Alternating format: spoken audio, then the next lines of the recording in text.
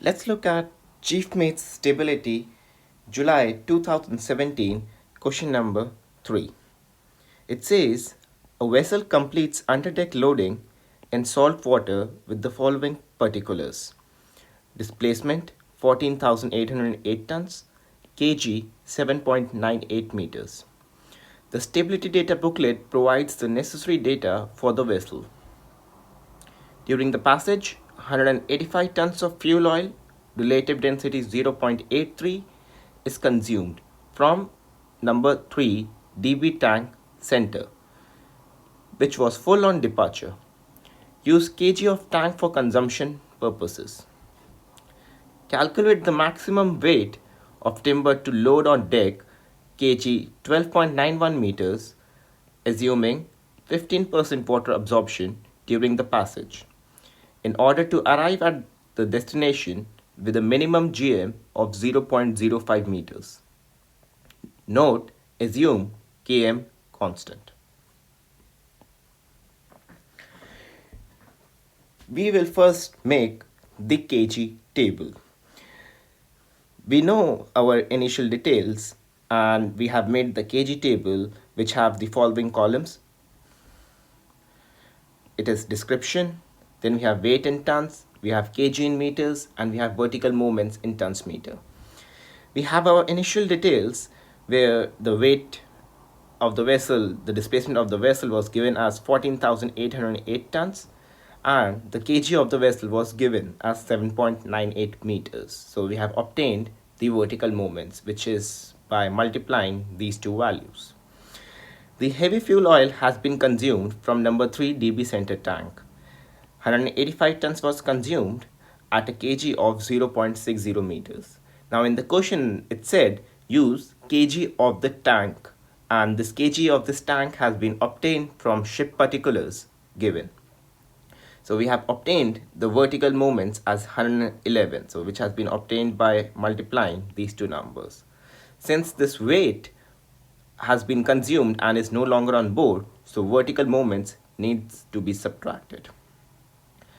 In the question it was given that the heavy fuel oil tank was full. Now since the oil has been consumed, the tank is now slack. Since the tank is slack, it will give the free surface moments which we need to take into consideration. Free surface moments are only considered in the kg table. So the weight we put it as nil, the kg we put it as nil. The free surface moments given in the stability data booklet is 1142, but that has been clearly stated that this free surface moment is for fresh water. But we have the heavy fuel oil in this tank, so we need to apply the appropriate value. The appropriate value we get is by multiplying the free surface moments for the fresh water times the density of the liquid which is inside the tank. In this case, it was heavy fuel oil with relative density 0.83. So we have said 1142 times 0.83. Now weight of timber to be loaded, we have assumed it as X because this is unknown. The kg is given where the timber was supposed to be stored, which was 12.91 meters. So the vertical moments we get is by multiplying x times 12.91, which is 12.91x. We have to now consider the water absorption for the cargo to be loaded. So the cargo which was loaded was X. The water absorption which we need to consider is 15% of the weight loaded. So 15% of the weight loaded is 15 divided by 100 times the weight loaded, which in this case is X. So this will give us 0.15x.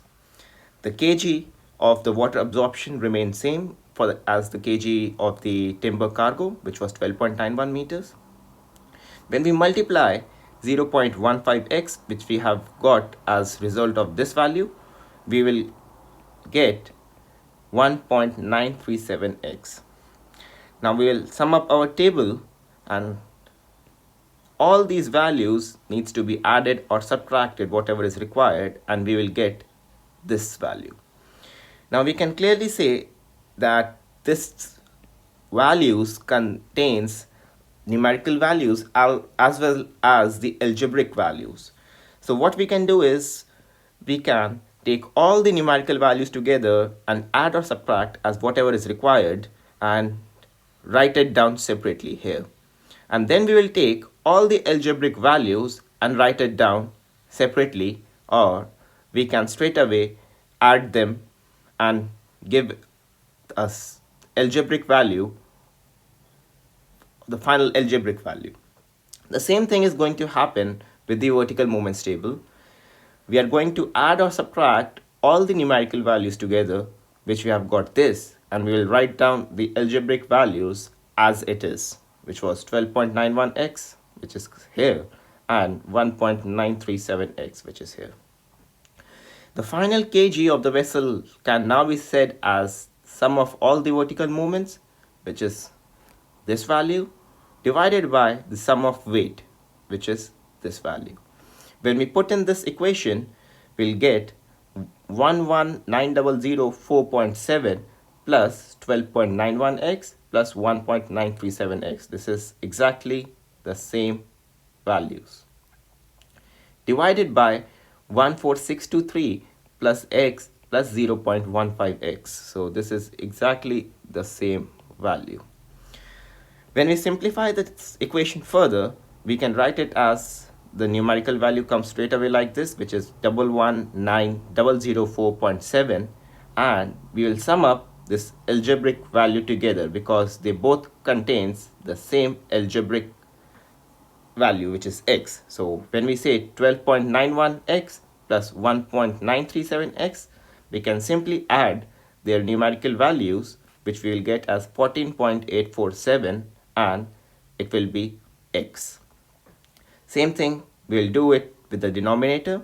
So we have written the numerical value as it is, and we have said that x plus 0.15x is 1.15x. Now we'll put this as equation number 1.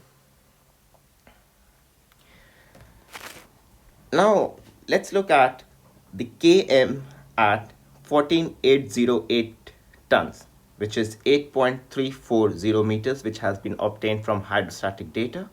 And it was clearly mentioned that km was assumed to be constant. That's why we are taking km at 14,808 tons and not with this weight, because this weight is still unknown and we cannot obtain the km. That's why in the question it was given that km was constant. We know that gm required is minus 0.050 meters.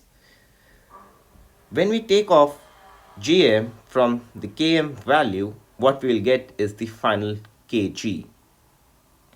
So we'll term this equation as equation 2. Now we have two values for final kg. One is this equation and another is this equation. So we can compare both these equations together. Comparing equation 1 and 2, we can say that this value will be equals to this value.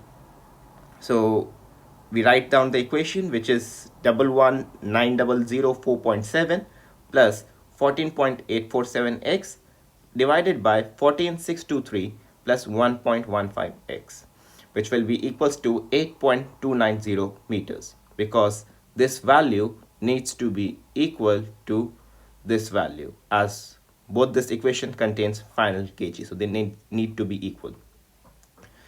When we solve this equation further, we get 119,004.7 plus 14.847x equals to 8.290, and in brackets 14,623 plus 1.15x.